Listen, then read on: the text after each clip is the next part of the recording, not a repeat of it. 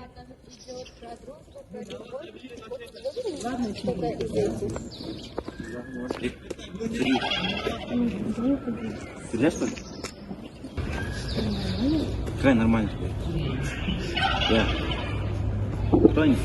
Близкие или просто друзья? Ну, Поешь, что ли? Как поешь? Что за одежда, эй? Как обычно тебе? каждый день одеваюсь. Что за стиль, эй? Не все же так одеваются, мне так удобно. Как все? Как все Пример, покажи. девочки. У меня в классе все так одеваются. Что, тебе не нравится? Все, давай, время, класс приехал.